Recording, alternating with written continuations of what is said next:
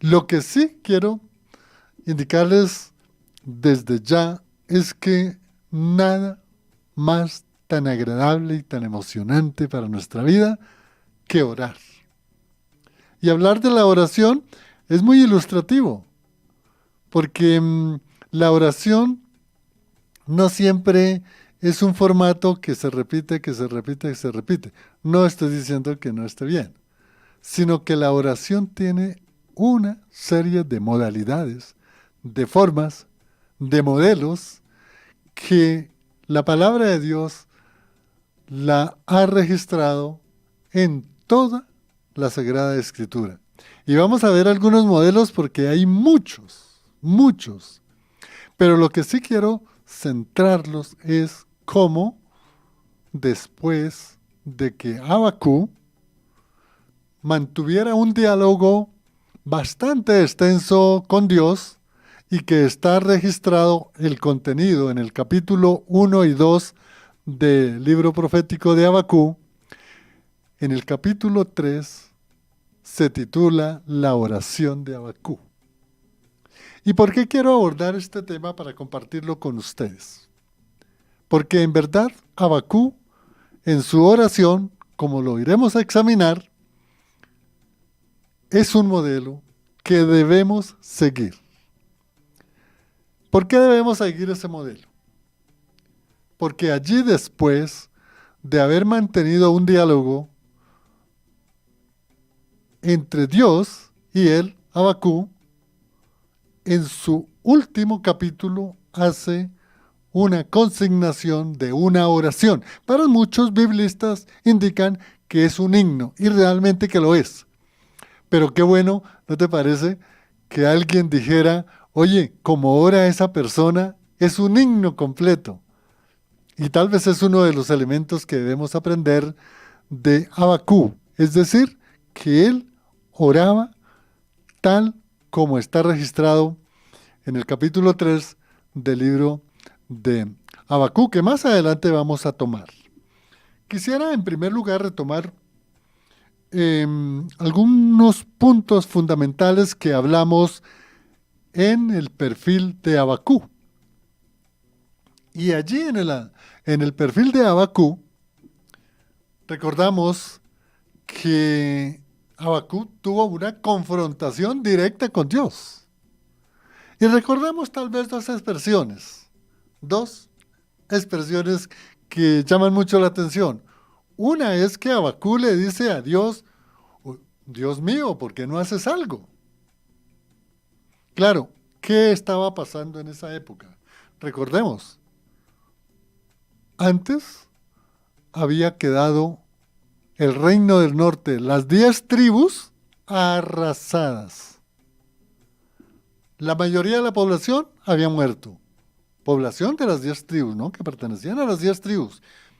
Otra población, poca, que se había salvado, estaban esclavizados por el imperio asirio. Otros habían quedado en el monte, en las montañas, y no tenían cómo subsistir. Tenían que alimentarse de raíces o de hojas. Agua no la podían conseguir en una montaña. Era una situación difícil para ese remanente o para esos sobrevivientes, mejor, de las 10 tribus del norte. Y ahí estaba Abacú. Abacú había vivido eso. Y te puedes imaginar hoy, después de una guerra, cómo queda las naciones, cómo quedan los pueblos, cómo quedan las ciudades, cómo quedan los lugares donde vivían, las cementeras, los animales, y todo eso era una desolación tremenda. Por eso Abacú dice, Dios mío, ¿por qué no haces algo? Y la otra confrontación es que dice, Dios mío, ¿por qué utilizas a impíos? Si estamos nosotros acá, arrepentidos, los que quedamos, el remanente, estamos arrepentidos. Pero Dios le responde a Abacú con los ayes.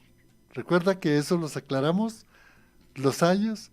Entonces, ante esa exigencia y ante esa confrontación de Abacú con Dios, simple y llanamente, Dios le contesta a Abacú en el capítulo 2, en el versículo, el primer ay se encuentra en el capítulo, a ver, vemos acá, 9.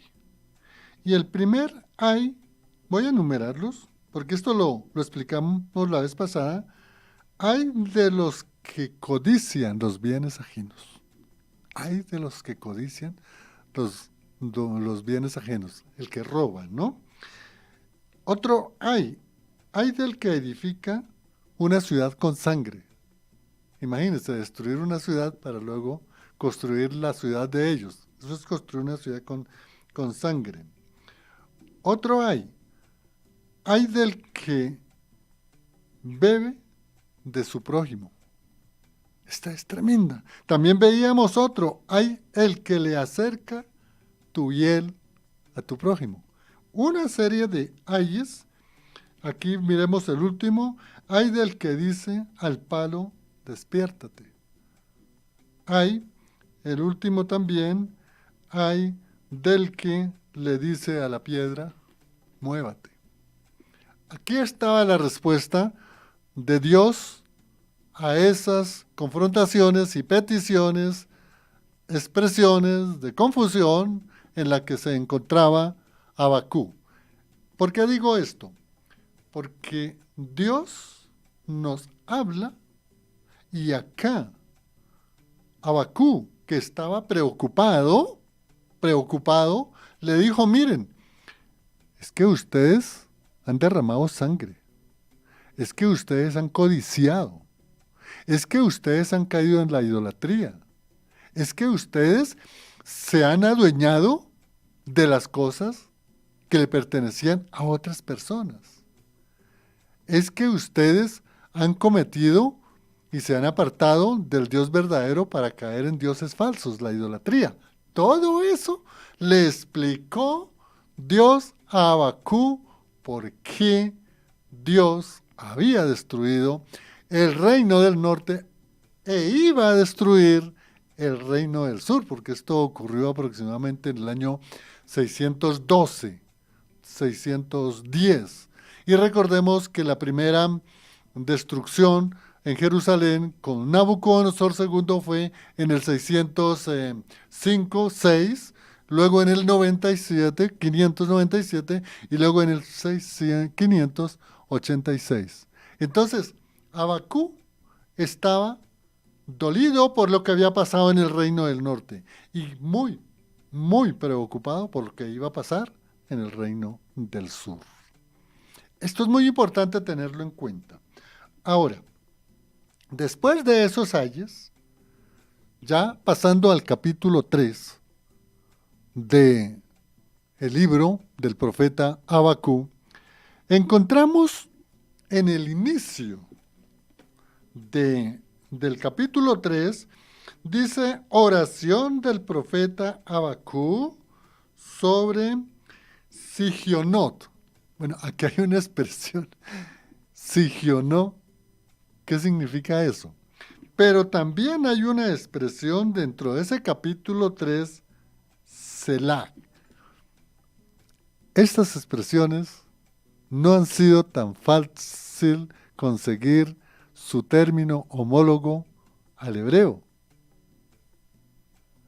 Pero las diferentes interpretaciones que dan los estudiosos de las Biblias dicen lo siguiente, que ese sí o no se refiere a una expresión o a un signo musical. Y la expresión Selah también pertenece a un signo musical. Recordemos que dijimos que Abacú en su juventud parecía ser que era levita y formaba parte del coro en el templo de Jerusalén.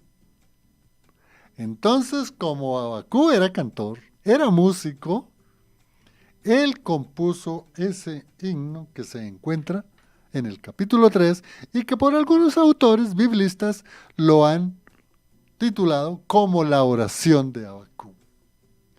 ¿Qué quiero decir con estos dos signos? Porque en verdad no es fácil entender. Pues bueno, yo he entendido esto porque yo estudié música en la Universidad Nacional y sé que este término que está en el versículo 1 del capítulo 3, sigionó, es una tonalidad. Ustedes han escuchado a los músicos cuando están allá, cogen la guitarra o el piano o el instrumento que sea y dicen, vamos a tocar por do mayor.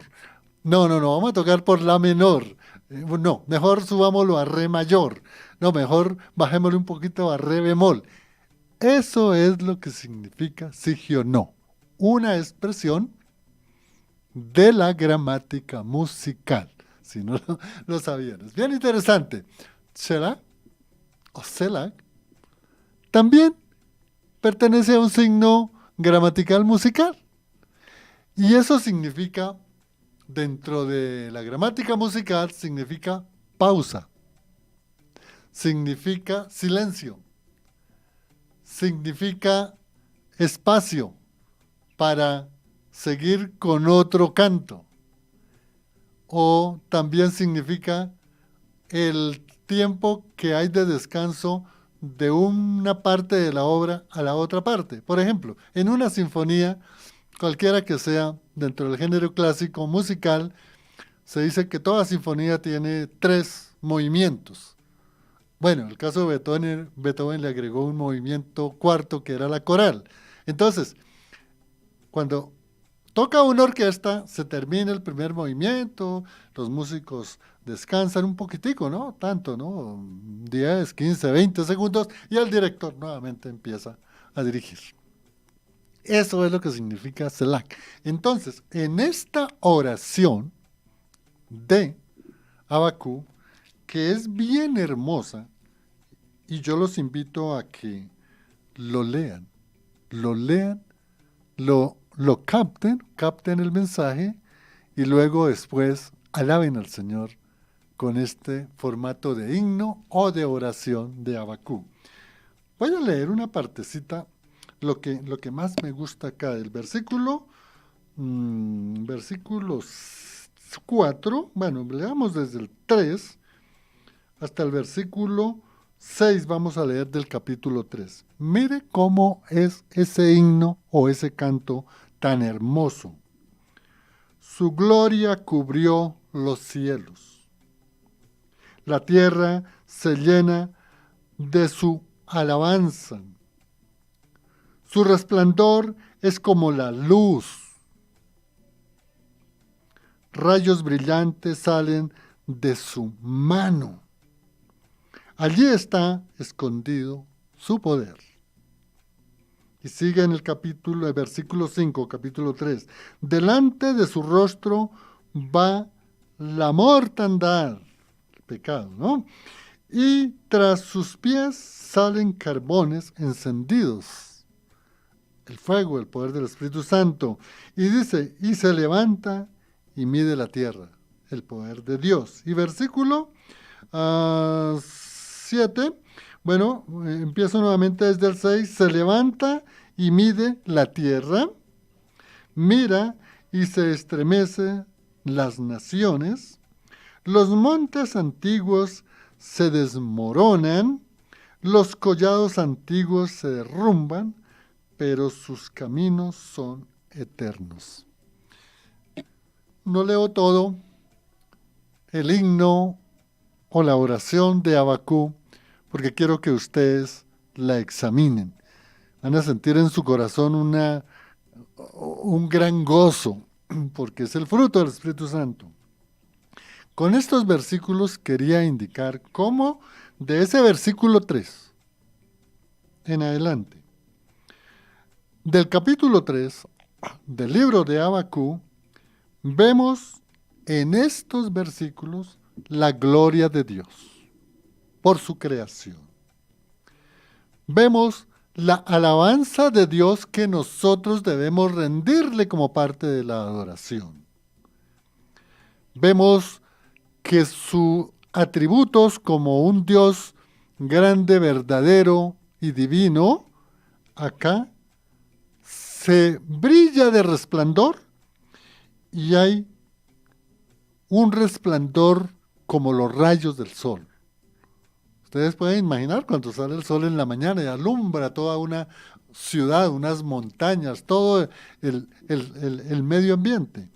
Entonces mire que de eso es que tenemos que nosotros creer cómo Habacuc le daba toda esta gloria, toda esta alabanza a Dios, indicando su poder, sus atributos, un Dios que lo sabe todo, un Dios que lo puede todo, un Dios que está en todos los lugares.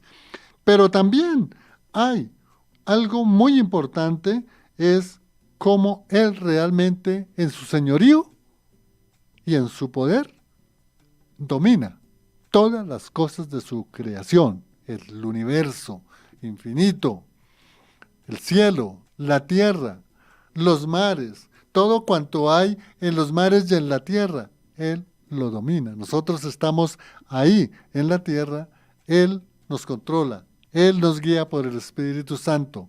Por eso es que hago énfasis, amigo, de la importancia de esta oración de Habacuc. Porque aquí lo que exalta es cómo todas las naciones deben rendirse a los pies de un Dios, que hay que temerle, que hay que exaltarlo, que hay que alabarlo, que hay que darle la gloria a Él. Y de otra parte es poder entender, amigo, que nosotros tenemos que aprender realmente a orar. Por definición, la oración para algunos se indica que es petición, es comunicación, es exaltación, es darle la gloria a Dios, es poder nosotros de nuestro ser comunicarle lo que nosotros en nuestra humanidad sentimos, y es en términos generales darle la gloria al Todopoderoso cuando nosotros oramos. Sí, hay algunos conceptos que han dicho algunos predicadores, que la oración es hablar con Dios. Bueno, sí, puede ser. Pero en el libro de Habacuc, si la oración fuera solamente hablar con Dios, entonces en el capítulo 1 y capítulo 2 hubiesen colocado oración de Habacuc, porque en esos dos capítulos fue un diálogo que realmente sostuvo Habacuc con Dios, y Dios le habló por medio de los ayes, Él le ordenó, escriba, y vaya y lleve el mensaje al pueblo del sur, al reino de Judá. Pero los biblistas indican que el capítulo 3 es la forma como oraba Habacuc delante de Dios. Ahora, vamos a dar algunos ejemplos de lo que es la oración en el Antiguo Testamento. Y esto es muy importante. Vamos a mirar algunos modelos de la oración del Antiguo Testamento y la perspectiva con que nosotros debemos orar. Vuelvo y reitero. Bueno, Dios los bendiga por las oraciones que siempre repiten, pero vamos a mirar las distintas formas, las distintas ocasiones, las distintas perspectivas, las distintas dimensiones y enfoque que el Antiguo Testamento da de la oración o habla de la oración. Mire, en primer lugar, la oración es alabanza. ¿Sabe cómo lo pueden corroborar? Con el Salmo 100. Porque expresa la gratitud y admiración de grandeza de un Dios todopoderoso. Entonces, cuando tú vayas a hacer una oración de alabanza, vaya al Salmo 100. Oración de petición. Primera de Reyes, capítulo 3 del versículo 5 al 15. ¿Por qué es una petición? Porque nosotros, en nuestra aflicción, en nuestras limitaciones, en los momentos difíciles, le pedimos al Dios Todopoderoso como está en Primera de Reyes 3, 5, 15, cómo es que Dios nos debe dar sabiduría para nosotros poder orar en petición. Y esto es muy importante porque a veces pedimos, pero no damos la vez que se debe orar en petición, según Primera de Reyes 5, 13. Repetí 3 veces ese versículo porque me parece de mucha importancia. Oración de confesión, esta es la que hace Daniel en el capítulo 9, porque realmente tenemos que confesar nuestras culpas, nuestros pecados. Miren, en una oración no puede faltar el arrepentimiento, el pedir perdón a Dios. Y por eso, en esa oración de confesión, vayan a Daniel, todo el capítulo 9, del 1 al 19, y ustedes van a ver cómo oraba Daniel. Cómo oraba Daniel. Otra, la cuarta, oración de acción de gracias. Recordemos a Jonás, aquí ya vimos en perfiles, y eso está pues en el libro de Jonás capítulo 2, versículo del 1 al 10, y usted allí va a mirar cómo Jonás expresa dentro de su corazón hacia el Padre Celestial esa gratitud de protección, de liberación y de misericordia que Dios tuvo con Jonás a pesar de su desobediencia. Miren, ahí está la oración de acción de gracias de Jonás. La oración de intercesión, esta es muy importante, porque esta oración de intercesión fue la que hizo Abraham en Génesis 18, 23, 33. Recuerda cuando él intercedió allá por el caso de Sodoma y Gomorra. Mire que como tenemos intercesión de Abraham. La oración de lamentación. Hay momentos difíciles. Cuando muere un ser querido o algo que pasa en la familia, pues hay una lamentación, hay que orar. Pero mire cómo está estipulado esa oración de lamentación en el mismo libro de Lamentaciones, el capítulo 5. Eso es muy importante, leer esa tristeza, esas lamentaciones que especialmente sintió Jeremías por ver al pueblo destruido. La oración de dedicación está en Primera de Crónicas, capítulo 29, versículos 10 al 19. Este es un recurso que nosotros en nuestra vida, delante de Dios, debemos realmente dar esa oración de dedicación. Dedicación. Es decir, cuando se sirve ante Dios, se sirve en cualquier parte. Esa es la dedicación. Mi profesión la pongo al servicio de Dios para hacer un trabajo que vaya en beneficio de una persona que confía en mí, que me contrata como abogado para poder hacer el mejor trabajo en estos momentos tan de dificultades que hay en la administración de justicia. La oración de sabiduría. Este es el que más me gusta a mí. Yo realmente solamente le pido a Dios 2 cosas y Él me ha bendecido en gran manera. Es sabiduría y salud. Y me ha bendecido. Lo demás, la provisión, el trabajo, lo demás, mi salud, eso Él me lo da por adición. Como dice la palabra de Dios, primero el reino de Dios y su justicia y lo demás, ¿qué? Llega por adición. Entonces, por eso es que en mi caso, yo solo le pido al Señor sabiduría y salud. Estas son las formas de oración que están estipuladas. Solamente escogí 8, que hay mucho más. ¿Cómo son las oraciones en el Antiguo Testamento? Yo les indiqué los versículos. Esas son las formas de oración para que usted mire y cuando vaya a orar diga, bueno, voy a orar, voy a interceder por mi hermano que está pasando un momento difícil. Entonces tú buscas esa oración de intercesión que está en Génesis 18, 23, 33, que es la intercesión que hace Abraham ante la destrucción de Sodoma y Gomorra, y usted aprende a orar. Y así en todas las 9 formas que indiqué. Entonces todas esas oraciones en el Antiguo Testamento son modelo para nosotros tener conocimiento y así poder nosotros orar. Claro, yo creo que las 3 más grandes modelos de oración puede, en mi caso, es la oración de Abacú, que siempre me ha confrontado mucho.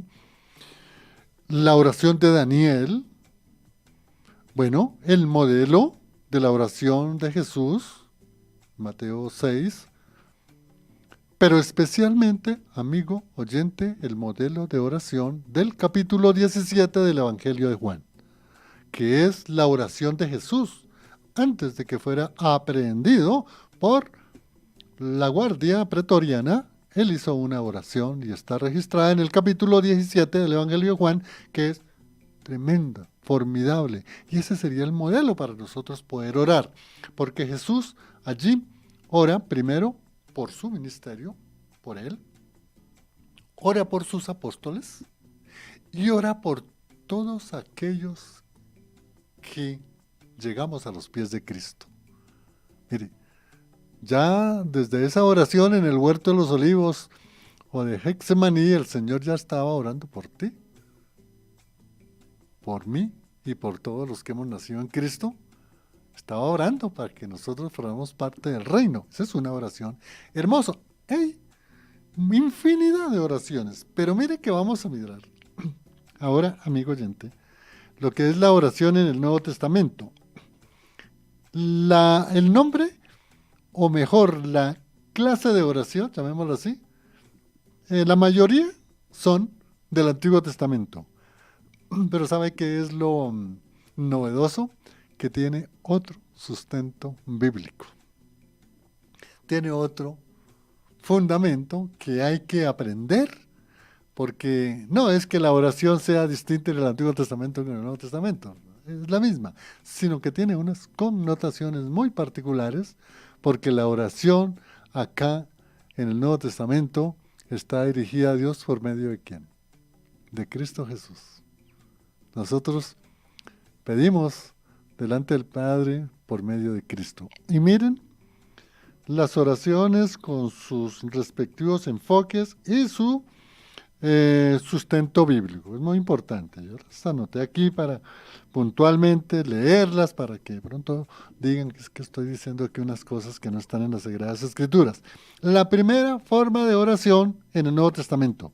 Oración de Jesús. Mateo 6, 9, 13. Jesús enseña a sus discípulos a orar, eso lo sabemos muy bien, el Padre Nuestro, incluyendo la alabanza, la petición y la confesión, que es lo que a veces se nos olvida en nuestras oraciones.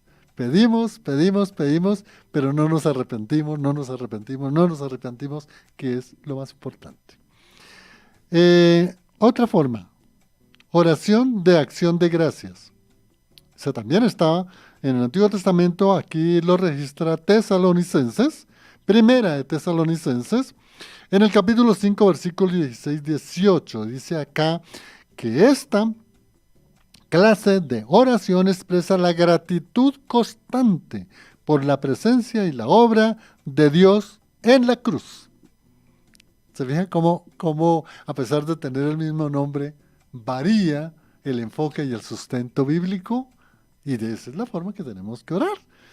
¿Sí? La oración de primera de Tesalonicenses capítulo 5, versículos 16 y 18. Reitero, expresa gratitud constante por la presencia de la obra redentora de Cristo en la cruz. Eso es lo que nosotros tenemos que tener en cuenta para que nuestra oración sea agradable delante de Dios. Oración de intercesión. Esta es la que está en Efesios en el capítulo 1, versículos 15 y 16.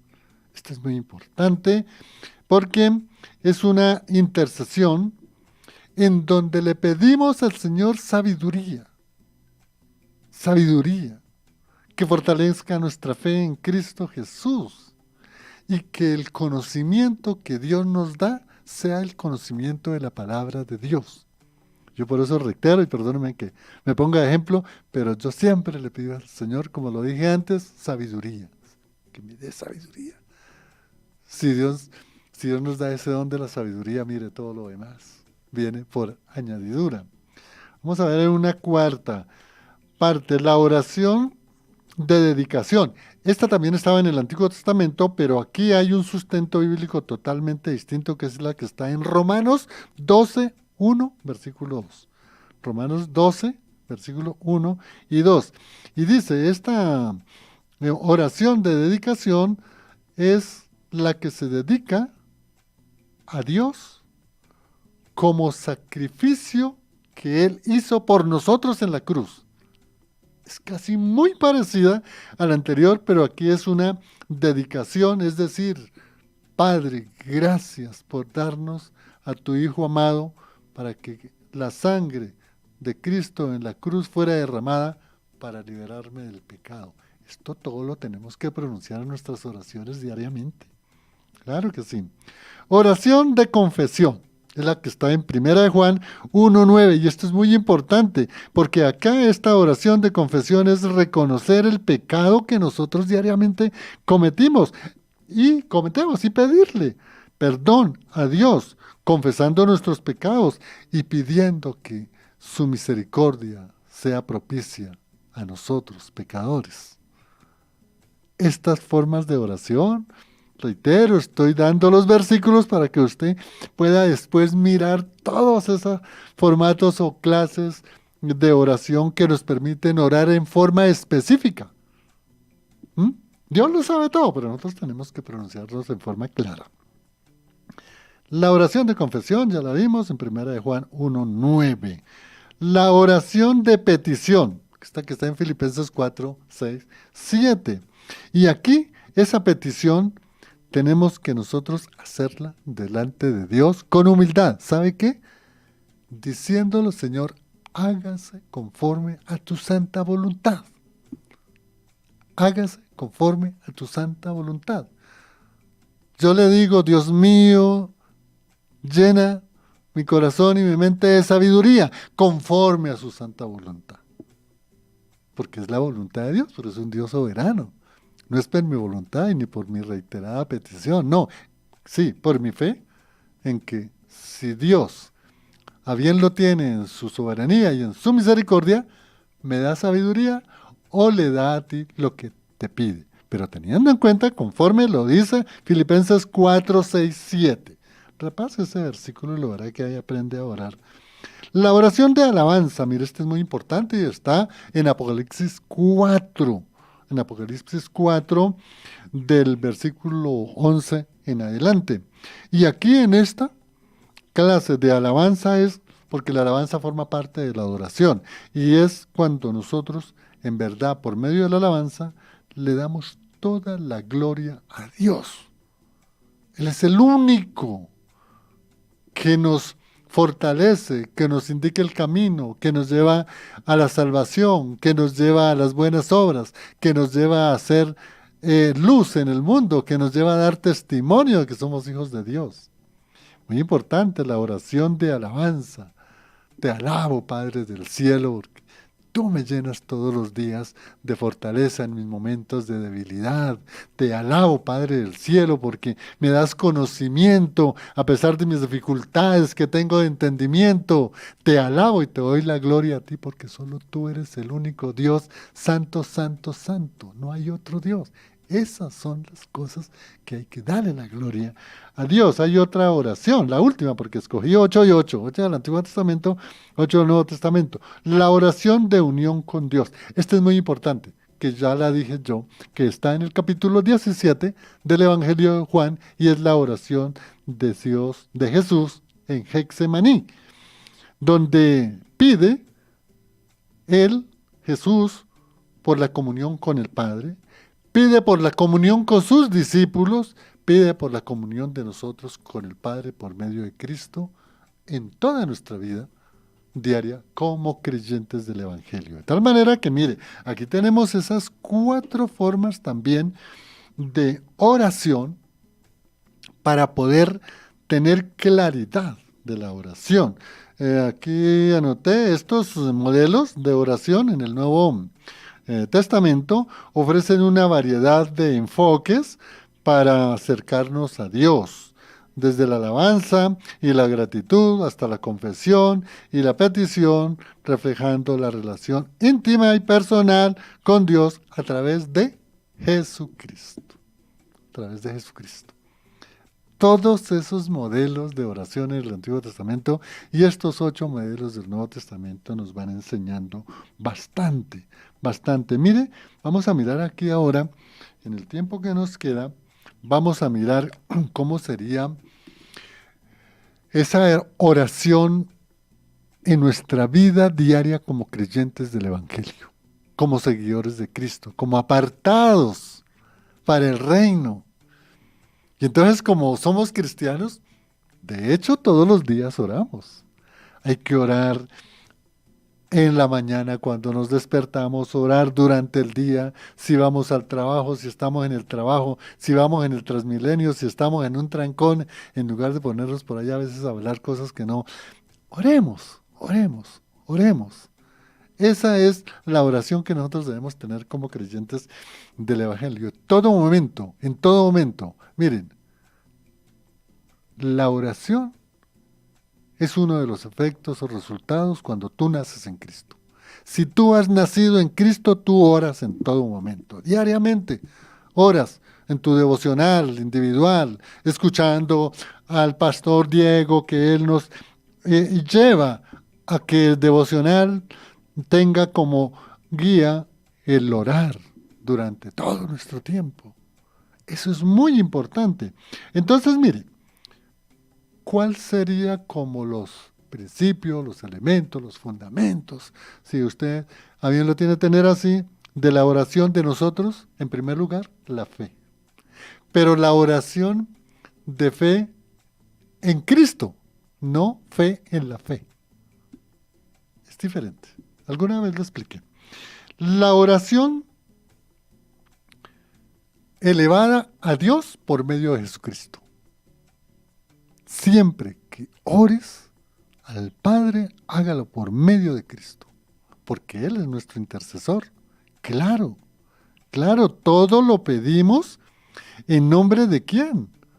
Del Padre por medio de Jesucristo, porque nosotros le damos la gloria al Padre. Mire, otro fundamento de la oración, la humildad. Hagámoslo con ese corazón humillado delante de Dios, hagámoslo con sencillez. Hagámoslo, no nos dé pena decir. Recuerdo unas palabras de un pastor que una vez le escuché: ya me da pena hasta pedirle perdón a Dios con tanto pecado. No, no, dígale, mire, Señor, tenga clemencia, tenga piedad, tenga misericordia de mí. Yo soy tengo una mente corrompida, una naturaleza pecaminosa que me lleva al adulterio, me lleva a la codicia, me lleva a la mentira, me lleva al hurto, digámosle eso al Señor. Porque reconocemos realmente que nosotros somos pecadores. Pero hagámoslo. Cualquier pecado, por pequeño que sea, dígale: perdóneme, Señor. Y no importa, reiteradamente que pecamos, vayamos. Pero eso sí, no cojamos la costumbre de la Iglesia Romana Papal, ¿no? El que peca y se confiesa en pata, ¿no? Eso no vale. Aquí la oración con humildad es que lo dice Lucas en 19, capítulo 18, versículo 9 y 14, dice que el caso del ejemplo es del publicano. ¿Recuerda el publicano y el fariseo? El fariseo: uy, yo doy los diezmos, uy, yo prefiero estar enseñando, mejor. Él se exaltó a sí mismo. ¿Y sabe qué hacía el publicano, que era menos pecador que el fariseo? Decía: sea propicio a mí, allá agachándose de pecho, como es la costumbre de los judíos. ¿Quién fue justificado? El que hacía grandes cosas, que diezmaba, que llevaba, que predicaba, que se sabía la Torá de memoria, que hacía todo. No, simplemente el publicano. Sea propicio a mis pecados, sea propicio a mis pecados, con golpes de pecho. Eso es lo que nosotros debemos hacer, la oración con humildad. La oración con la gratitud, esta la habíamos visto también anteriormente en el Antiguo Testamento, y es muy importante dar la gracia en verdad, todo lo que nosotros recibamos, démosle la gracia al Todopoderoso. Es muy importante, amigo oyente, la oración de gratitud. ¿Cuántas cosas el Señor ha hecho con nosotros? ¿Y cuántas cosas hace diariamente? Mire, tú te despiertas con vida. Tú tienes alimento para tomarse un café, un pan, y que darle. O tú te puedes tomar ese alimento, porque hay muchas personas que no pueden tomar esos alimentos. Eso es gracia. Tienes tu trabajo, puedes caminar, puedes ver, puedes hablar, puedes ir a trabajar para recibir el sustento. Eso es lo que nosotros tenemos que hacer, amigo, con esa gratitud hacia el Señor. No entremos nosotros en justificaciones, ni en eh, cuestiones de maquinaciones, ni en prejuicios, ni en echarle la culpa al demás. No, no, no, no, yo. Eso es una gratitud. Aquí tenemos como 6 la oración con confianza en la promesa. Esa sí que está en Hebreos 4:16. Hable de esas promesas porque dice que acerquémonos pues con confianza al trono de la gracia para recibir misericordia y hallar gracia por el oportuno socorro. Ay, cómo me gusta este versículo. Esto lo deberíamos de aprender. 4:16 del libro de Hebreos. Acerquémonos pues con confianza al trono de la gracia para recibir misericordia y hallar gracia por él en un oportuno socorro. Esto es la oración. Hay otra forma acá, la oración con arrepentimiento. Esto es muy importante. Mire, dice Primera de Juan 1:19, si confesamos nuestros pecados, Él es fiel y justo para perdonar nuestros pecados y limpiar de toda nuestra maldad. Qué bueno, estos son los fundamentos que hay que tener en cuenta cuando tú ores, porque todo cristiano ora sin que le esté diciendo. Eso ya es algo que nace del corazón. Uno tiene que orar en todo momento, en todo momento, en todo momento y bajo cualquier circunstancia. Vamos ahora a leer algo muy importante de la oración de Abacú. Voy a mirar primero que todo quienes están por acá vamos a mirar en Facebook. Bueno, aquí hay varias personas, está Jorge Eliezer, está Miriam, está Rosalía, Víctor, Alice y está también Yamile. Gracias por los mensajes y por estar conectados y por estar en verdad aprendiendo para orar, ser unos verdaderos oradores, bueno, y adoradores también. Aquí en YouTube, gracias a los que están conectados, siempre el hermano Luna y el hermano Alberto están siempre ahí pendiente, la hermana Mercy. En YouTube hay varios mensajes de manitas puestas, sí, qué lindo, así tenemos que orar. El Señor nos da fortaleza con la oración, hablamos con Él, pero hay que dejarlo hablar a Él, porque es que a veces no lo dejamos hablar a Él. Arrancamos, después de media hora nos damos cuenta que estoy orando. No, no, hay que hablar y hacer la pausa, el selah, la pausa, para poder nosotros revisar.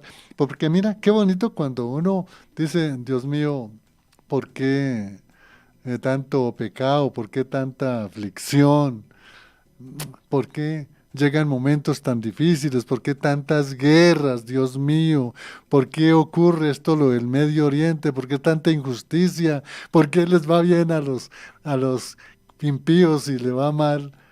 Entonces es cuando usted, si ora así, le pide al Señor, entonces en su mente lo lleva a la oración de Abacú, que dice en el capítulo 3, versículo del 3 en adelante. No, versículo 17 del capítulo 3.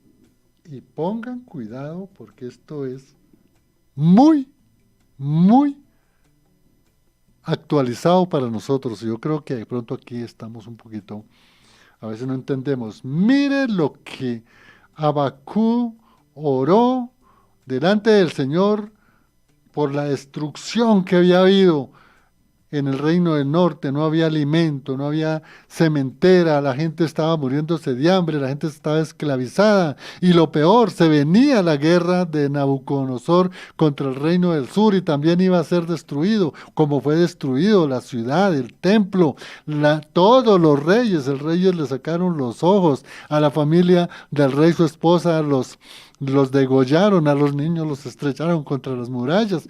Fíjese tan tremenda la situación que estaba viviendo, pero mire las palabras de Habacuc. Tremendo. Capítulo 3, versículo 17 del profeta Habacuc, ¿no? El libro de Habacuc. Dice: aunque la higuera no florezca, ni en las vides hayas fruto, aunque falte el producto del olivo y los labradores no tengan mantenimiento, aunque las ovejas sean quitadas de la majada y no hay vacas en los corrales, con todo yo me alegro en el Señor. Me gozaré en el Dios de la salvación y Dios de Israel. Oh Señor, es mi fortaleza tú. Él me da los pies para caminar y me hace caminar por las alturas. ¿Puede imaginar lo que yo les describí, la situación tan difícil que estaba viviendo el pueblo del norte destruido y el templo y el pueblo del sur que iba a ser destruido? Y mire las palabras de Habacuc. Miren, aunque no haya higos, serán las frutas. ¿Qué tal hoy? Aunque no hayan frutas, los frutos de las vides, la uva, el olivo, el aceite, las ovejas para la lana, para el vestido, y los trabajadores. No habían trabajadores para cultivar viñas, ni habían ganado para cultivar las viñas, ni las vacas para la leche, ni para el alimento de la carne. Pero dice: en todo me gozaré de mi Señor, como Señor y Salvador. ¿Cuánta enseñanza nos deja Habacuc? ¿Cómo es que nosotros debemos orar? ¿Cómo debemos orar en situaciones difíciles? ¿Y cómo debemos actuar cuando haya una verdadera escasez, cualquiera que sea? Su familia destruida, la salud, la falta de alimento, la falta de trabajo, la injusticia, la enfermedad, la muerte de un ser querido, cualquiera que sea. Aquí está, en el capítulo 3 del libro de Habacuc, del versículo en adelante, en la que así no haya nada, me gozo en el Señor. Esa es la fe del verdadero cristiano delante de Dios para su vida diariamente en Cristo. Gracias. Nos acompañó en el Control Master Lorena y les habló Juan de Jesús Sánchez en el Pulso. Bendiciones. Hasta otra oportunidad, si el Señor así lo tiene a bien en su santa voluntad. Chao.